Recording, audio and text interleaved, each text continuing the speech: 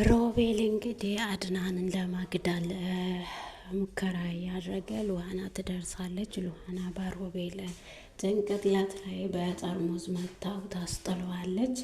እንግዲህ ሮቤል ወንድሙ እውነታውን ስላወቀ እኔ አላውቅም ምን እንደሆነ ራሱ ምን ስለምን እንደምታወራ ራሱ አልገባኝም። አድናን ለምንድን ነው ማትረዳኝ? እኔ ምንም ነገር ያረኩት ነገር የለም።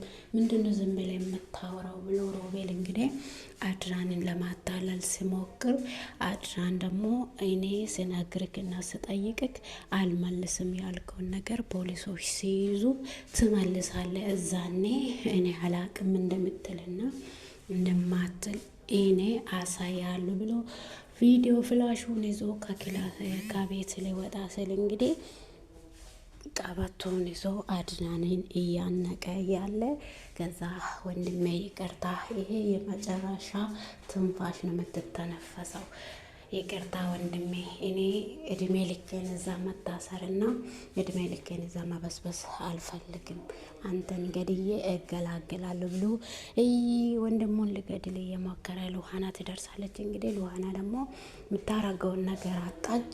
ሜራን አድናን ከቆለፈበት በሩን ስትከፍተው ሜራ ብን ብላ ጠፍታለች። እንግዲህ ተመልሳ ስትመጣ ሮቤል ደግሞ አድናንን ለማግደል ሙከራ እያደረገ ነበርና ሉሃና ራሱ ላይ መታ እንግዲህ ከሮቤል እጅ አድናንን አስጥለዋለች ማለት ነው።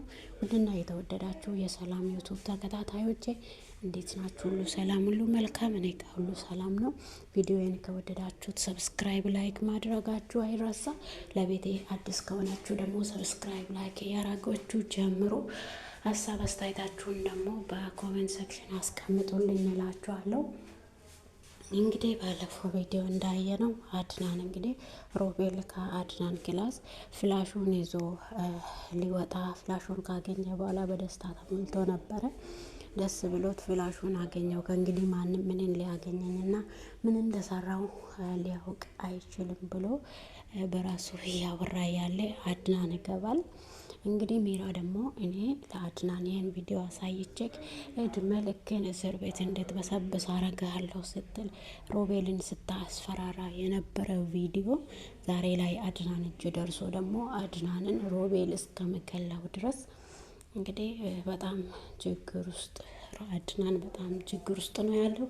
ሜራ ደግሞ ከአድናን እጅ ለማምለጥ መጀመሪያ ቤት እየሸጡ ሁሉም ነገር አድናንን እያታለሉ ነበረና እንደዛውም ደግሞ ሳራን ገለው መቅበራቸውን ሳያውቅ እንደዛውም ደግሞ እርጉዝ ነኝ ብላ ስታታልለው ቤቱን ሽጠው ብር ለመካፈል ተነጋግሮ እያለ እንግዲህ ይህን ሁሉ ሲያደርጉ አድናን እስከ ዛሬ ምንም አያውቅም ነበረ።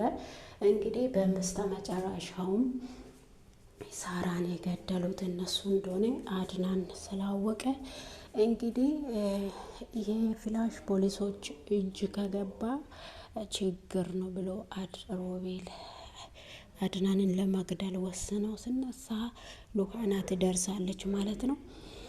እንግዲህ ሜራ እንግዲህ አምልጣለች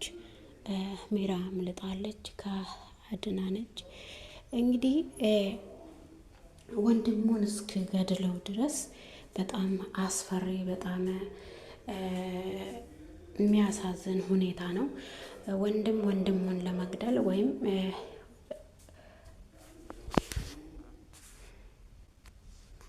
እንግዲህ ሮቤል ሌላ ነገር ማድረግ አልችልም።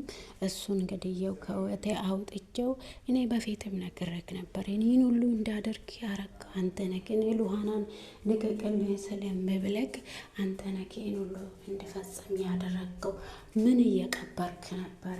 በዚህ ቪዲዮ ውስጥ ያለውን ነገር አስረዳኝና እንተጋገዝ ይለዋል ሮቤል አድናን። ከዛ ሮቤል እኔ ምንም ማቆ ነገር የለም አድናን ወደ እኔ እንዳትጠጋ በሕግ አምላክ ይለዋል። እንግዲህ አድናን ደግሞ ምንድነው እኔ ገና መስጠየቁ ምን እንደሆነስ ምን አውቀክ ነው ገና በሕግ አምላክ ብለህ አሁን ምታስምለኝ? ለምንድነው እንደዛ ያልከው? ምንድነው? ምን አርገት ነው? በዚህ ቪዲዮ ውስጥ ያለውን ነገር አውራኝና እውነቱን ተናገርና ከዛ እንተጋገዛለን። ስለው በህግ አምላክ ወደ እኔ እንዳትቀርብ፣ እኔ ምንም ነገር አላቅም፣ ምንም ነገር አላደረግኩትም። ከዛ ሜራም እሱን ሄደ የቪዲዮን ባለቤት ጠይቀው፣ አድና ሮቤልን ጠይቀው፣ እኔም ማውቀው ነገር የለም።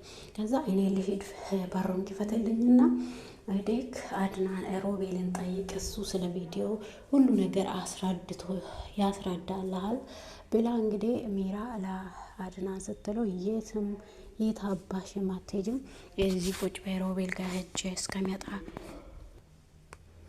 እንግዲህ አድናን ለምን እንደቆለፈብሽ ሳላቅም ልጠይቅሽ ስከፍት አንቺ ብን ብለሽ መጣሽ።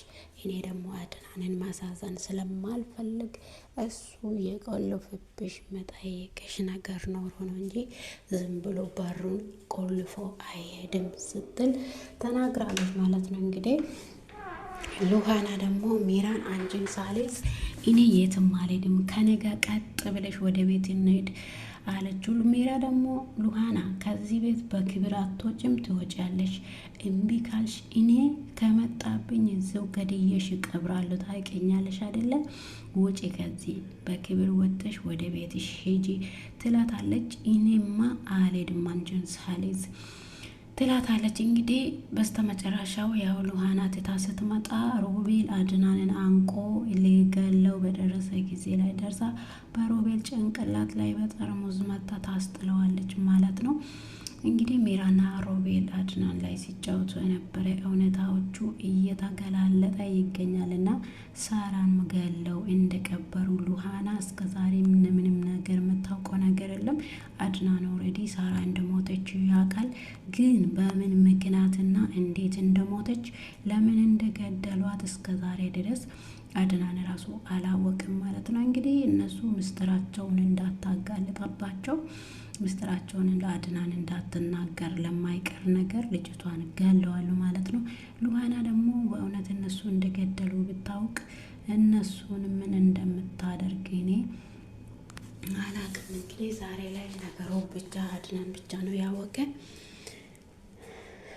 ሉሃና ስታውቅ ደግሞ ብዙ ትልቅ መከራ እንደሚደርስባቸው ተስፋ አለኝ። ኦልሬዲ ፍላሹ አድናን እጅ ነው ያለው። አሁን በወደቀ ሰዓት ሮቤል ራሱን ስቶ ወድቋል። እንግዲህ ፍላሹን አሁን ወይ ሉሃና ታገኘዋለች ወይ አድናን ጋር ይቀራል።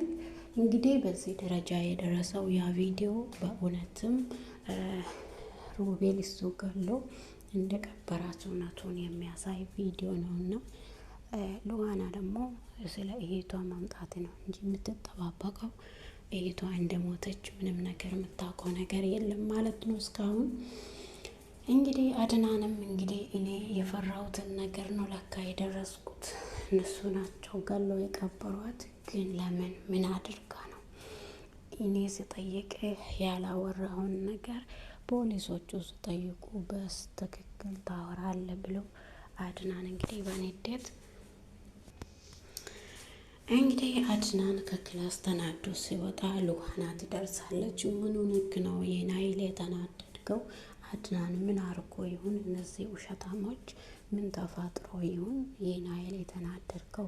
የኔ ቆንጆ ይህን ነገር እኔ ሲያስተካክል በአጭር ጊዜ ውስጥ ምን እንደማደርግና ምን እንደምሰራ ታውቂያለሽ። ብቻ ትንሽ ጊዜ ስጭኝ፣ ምንም ከአንቺ የምደብቀው ነገር የለም ብሎ አድናን ስላት ከዛ ሮቤል ጋር ላፕቶፕ ይዞ ሄዶ ሊያሳይ አድናን ይሄዳል ማለት ነው። ቪዲዮን ሲያሳይ ደግሞ ሮቤል እንግዲህ በስነ ስርዓት ብትናገርና እውነታውን ብታወጣ ለአንተ ይሻላል፣ እውነቱን ተናገርና ከዛ በኋላ እንተጋገዛለን ይለዋል አድናን ለሮቤል። ሮቤል ደግሞ አይ እኔ ምንም ያደረኩት ነገር የለም በዚህ ቪዲዮ እኔ ምንም እየሰራሁም አይደለም። እንግዲህ ሜራን ሄደ ጠይቅ ይላታል። እንደዛም ደግሞ ሮቤልም ሄድና አድና ሮቤልን ጠይቅ የቪዲዮ ባለቤት እሱ ነው ብላ ታወራለች። እንግዲህ በዚህ መሀል አለመስማማት እያለ አድናን ሄዶ ቪዲዮን በኮምፒውተር አምጥቶ ለሮቤል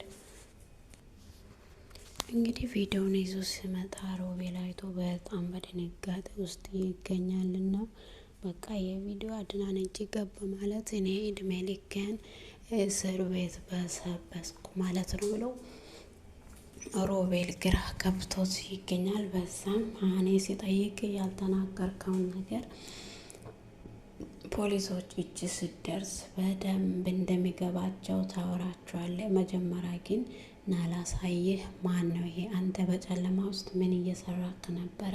ምን እያደረክ ነበረ ብሎ አድናን ይጠይቋል። እንግዲህ ሮቤል እኔ ምንም እያደረግኩና ምንም እየሰራው አልነበረም። ስለዚህ እኔ ምንም አላደረኩም። አንተ ምንድነው የምታወራው? ሁሉ ችግሮች ሲመጣ ወደ እኔ ለምንድን ነው ሮጠክ የምትመጣው? እኔ እኮ በዚህ ጉዳይ ላይ ምንም የሚያገባኝ ነገር የለም ብሎ ሮቤል እንግዲህ እውነታውን ደብቆ ቁጭ ይላል።